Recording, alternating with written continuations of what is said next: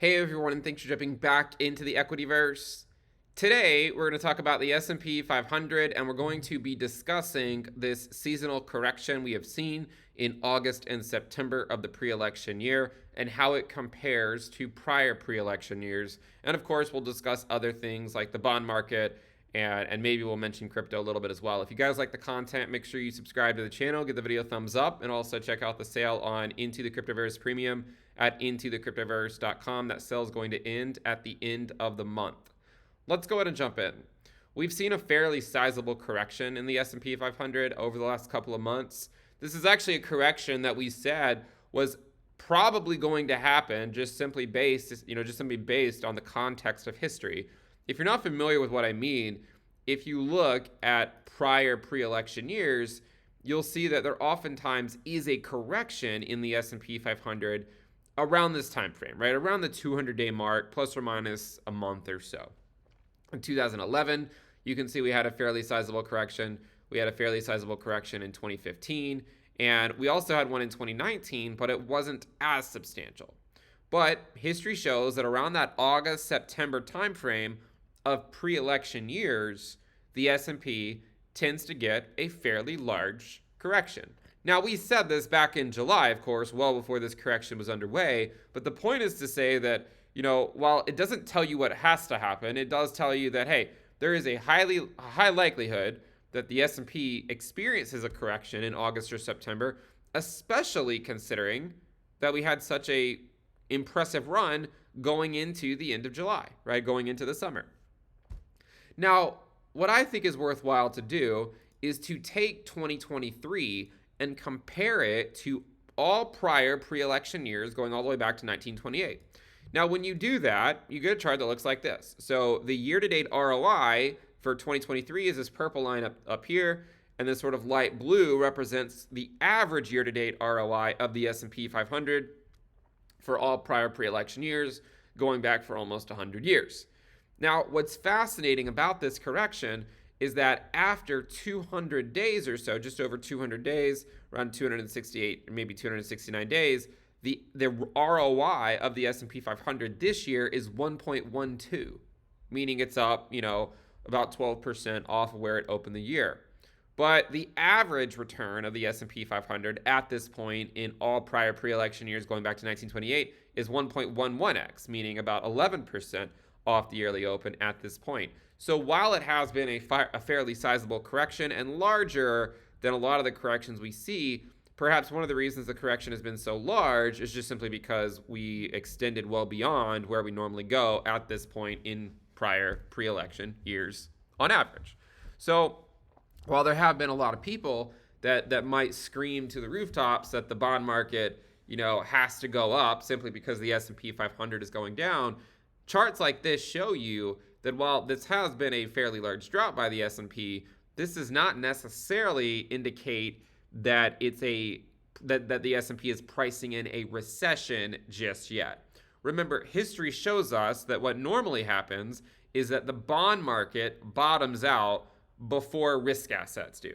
And at this point, you can see assets like TLT have just continued to go lower.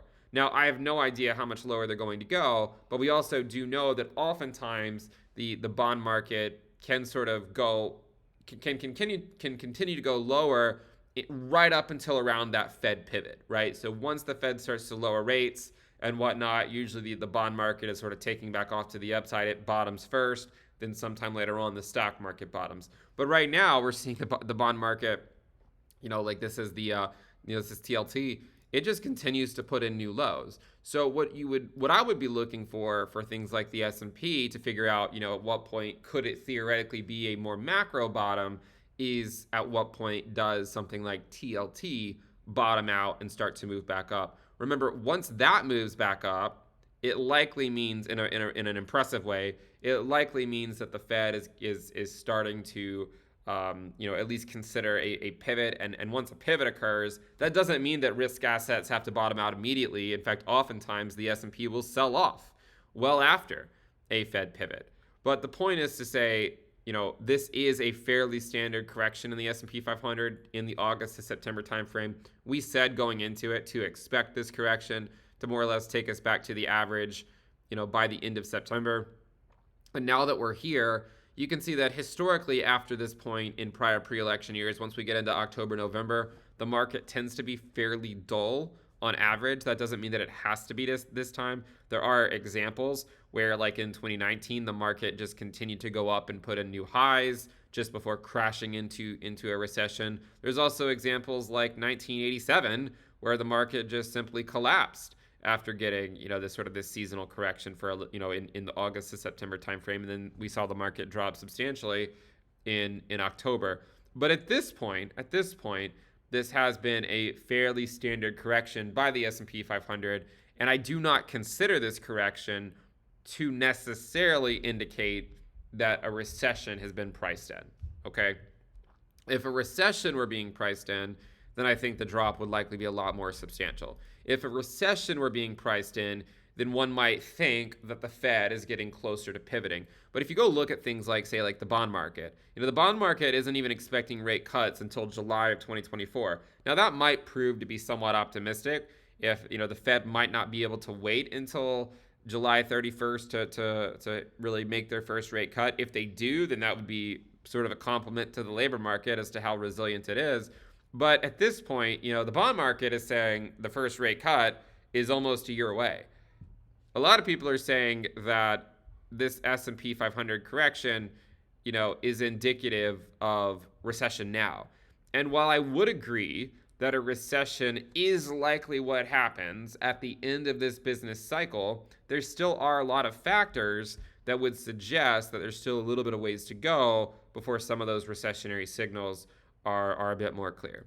For instance, things like initial claims and continued claims still print very low levels. Like initial claims at this point, have dropped considerably, now at around 201,000. Do note that it is potentially bottoming out here in September, just like it did last year. You can see that initial claims bottomed out really that last week of September. Perhaps we're going to see something similar this time around as well, so be aware of that. Continued claims have also, they're not really showing a recession just yet. And what I would suggest, and again, you can see over here, continued claims sort of bottomed out last September. Perhaps something similar will happen again. But what I would suggest is that, by the time the labor market really starts to show weakness, corrections by the S&P 500 would likely be much more substantial than just say like a 5% correction. Okay, so at this point, we can look at this and say, all right, we've had our seasonal correction in the S&P 500. There has been some softening up in the labor market, but it doesn't necessarily look like it has to be indicative of a recession immediately, although that could actually occur by the end of the year or early next year, right? If the Fed stays this course, which I think they will, that of course could push the economy into a recession, and then we could see a more significant rollover by the S&P 500. Now, remember, one of the things we said, though, is that even if the S&P gets a correction in Q3, and even if it goes back up in Q4, like it did in 2019, that doesn't necessarily mean that it's a good thing for crypto. If you remember, in 2019, the S&P saw a fairly sizable correction in August, and then we got another one in September. But in this case, even though the S&P went on to put in new highs in late 2019, I will have you remember that Bitcoin continued its downtrend for the rest of the year. And even, it did go back up in early 2020 and then put in another low in March of 2020. So just remember, going into August, we said, likely going to see an S&P 500 correction, could be 5 to 10%. This correction, the seasonal correction, what it normally does is it pushes it pushes Bitcoin below its 20-week moving average, right? If you look at every single prior pre-election year, pre-halving year, you can see that Bitcoin has always fallen below its 20-week SMA, 21-week EMA at that time, at that point. Every single August or September of these prior pre-halving or pre-election years, whatever you prefer. And so that has happened again. That has happened once again, pre-election year correction by the S&P 500.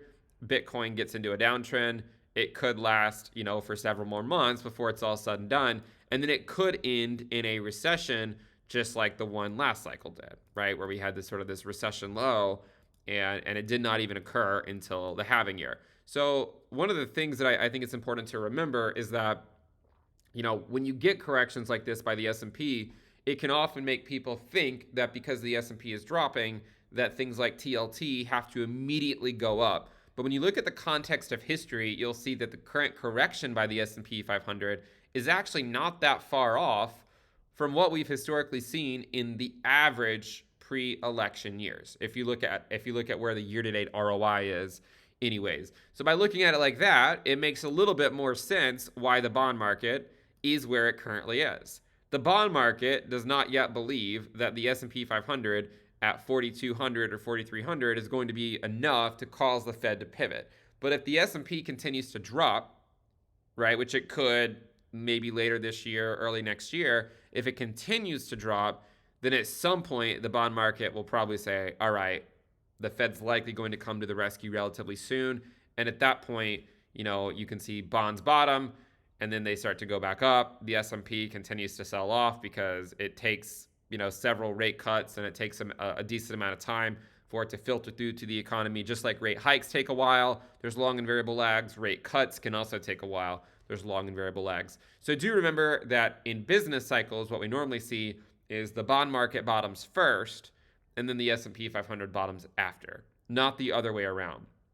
Crypto, could be somewhere in between. Like I could see it bottoming after, like I could see, the altcoin reckoning, for instance, I could see it being over after bonds bottom, but maybe before the overall stock market bottoms, if that makes sense. And the reason I say that, it could just be due to the fact that crypto is more so dependent on excess liquidity than the stock market is. And so if that's true, then the minute liquidity comes back, courtesy of, the Fed, then that means the altcoin reckoning could be over. It might take a little longer for the S&P 500 to really digest that, that liquidity coming back and lower rate hikes or lower interest rates.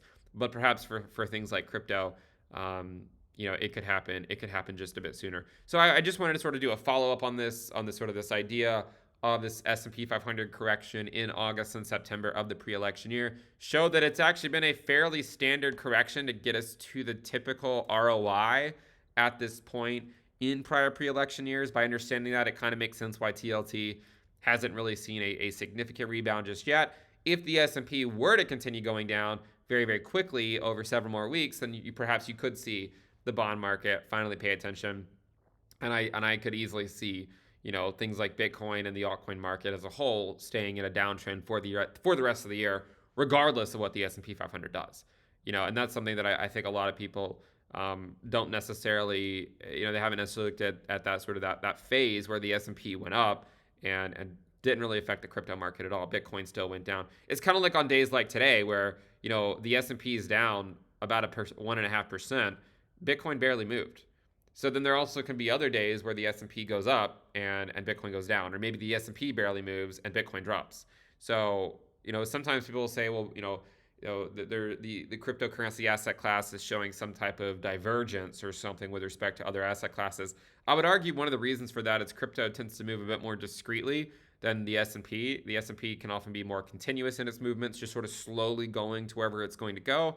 Whereas oftentimes Bitcoin and crypto can just kind of hang out in a range for a long time and then quickly move up or quickly move down to whatever the new range is going to be.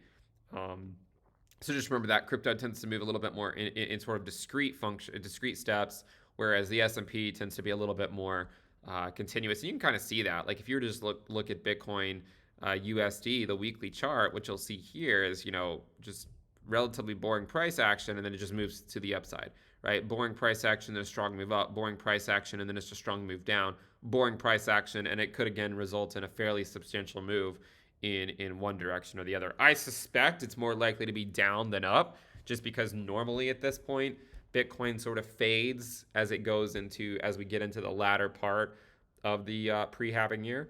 But we'll have to wait and see if this is going to play out like it normally does or not. And my suspicion is that it will. Just like going into August, we said the S&P is likely going to correct. It's likely going to drop Bitcoin below the 20-week SMA, and it could easily push the altcoin market into a more sustained downtrend for the rest of the year.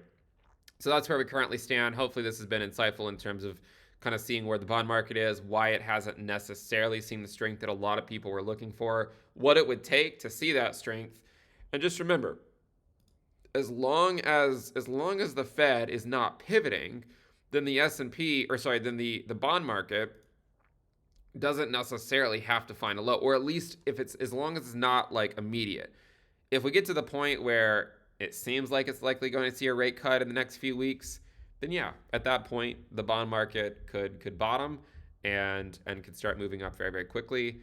And then sometime after that, we would expect, or at least I would expect, risk assets to find whatever their final low is going to be. For some assets, it could be a lower low. For some assets, it could be a double bottom. For some assets, it could be a higher low. It just also depends on sort of the idiosyncratic risk of each individual asset. The riskier the asset is, the more likely it is to be a lower low, right? So like for altcoins, it's more likely to be, much lower lows. For the S&P 500, it could still be a lower low. But as you go up the risk curve, if it's a lower low from the S&P, then it's probably going to be a much lower low for say like the Russell 2000, right? If it's a higher low or something, then it might not be as bad for the Russell. But it all depends on how far up that risk curve you go, and the further you go up the risk curve, the more likely that it would be in fact a lower low. And again, you can see a lot of altcoins are already putting in lower lows. Forget having to wait until a recession is priced in. A lot of altcoins are already putting in lower lows and will likely continue to put in lower lows for several months to come, regardless of whether regardless if the S&P goes back up in the fourth quarter, or even if it stays sideways in the fourth quarter of the year. You could still see the altcoin market unfortunately bleed. That's just sort of the way it is at this point in the cycle. Anyways, if you guys like the content, make sure you subscribe, give the video a thumbs up, and thank you guys for tuning in. We do have the sale on Into the Cryptoverse Premium. You can find that in the link below, which you'll see in the pinned comment. Thank you guys for tuning in. I'll see you next time. Bye.